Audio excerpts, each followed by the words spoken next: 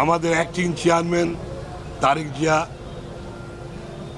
উনি বলেছিলেন যে 31 দফা সারা বাংলাদেশে ছড়িয়ে দিতে হবে। আমরা খোকসা কুমারখালীতে আমরা তার 31 দফা ছড়িয়ে ছিটিয়ে দিয়েছি। এই সম্মেলনটা আজকে হচ্ছে, সাংবাদিক সম্মেলনটা হচ্ছে তৃণমূল বিএনপি।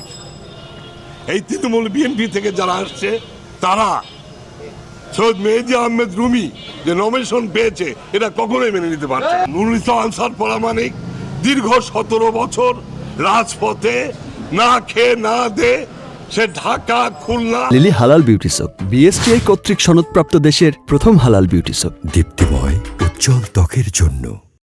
এবং ইভেন 11 ইউনিয়ন খোকসা সহ যেসব জায়গায় সে ঘুরে বেরিয়েছেন, কর্মীদের একত্রিত করেছেন, কর্মীরা তাকে ছাড়া আর কাউকে চাচ্ছে না। তাই আমি মনে করি যে আমি এই সংবাদ সম্মেলন থেকে আমি মনে করি যে আমার অ্যাক্টিং চেয়ারম্যান তারেক জিয়া এবং খালেদা জিয়া সহ যারা ঢাকাতে আছেন, যারা মনোনয়ন দিয়েছেন, তাদেরকে আমি বলবো যে এটা সঠিক সিদ্ধান্ত হয়নি। এই সিদ্ধান্তটা যদি বাতিল করে যদি নুরুল ইসলাম আনসার পরামানিককে দেওয়া হয় তাহলে এই সিটটা বিপুল ভোটে ধানের শীষে আমরা দিতে পারবো।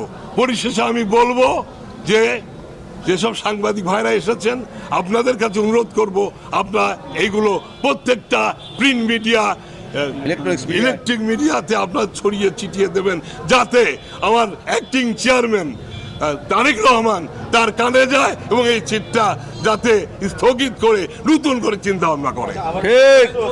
আমরা যদি পরিবর্তন না হয় তাহলে আমরা পরে আবার মিটিং করে আমরা আবার বসে আমরা সেটা সম্মতি আপনাদের জানাবো।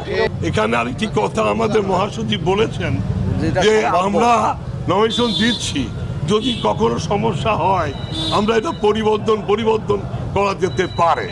এটা তৃণমূল বিএনপি তাদের মনের ব্যাপার। প্রত্যেক ইউনিয়নের যারা ছাত্র দল, যুব দল, স্বেচ্ছাসেবক দল যারা আছেন, তাছাড়াও গণমানুষ, ঘাটের কুলি মাঝি যারা নুরুল ইসলামকে পছন্দ করে, তারা যদি এই সংগ্রাম যদি গড়ে তোলে তাহলে আমাদের কিছু করার থাকবে না। আমরা এখনো সেই ধরনের চিন্তা ভাবনা করিনি। আমরা এখনো তারেক জিয়ার কথার উপরে বসে আছি। এখনো আমাদের অ্যাক্টিং চেয়ারম্যান যা বলেছে যে তৃণমূল পর্যায়ে ত্যাগী নেতাদের নমিনেশন দিতে হবে, আমরা সেটা আশা করি।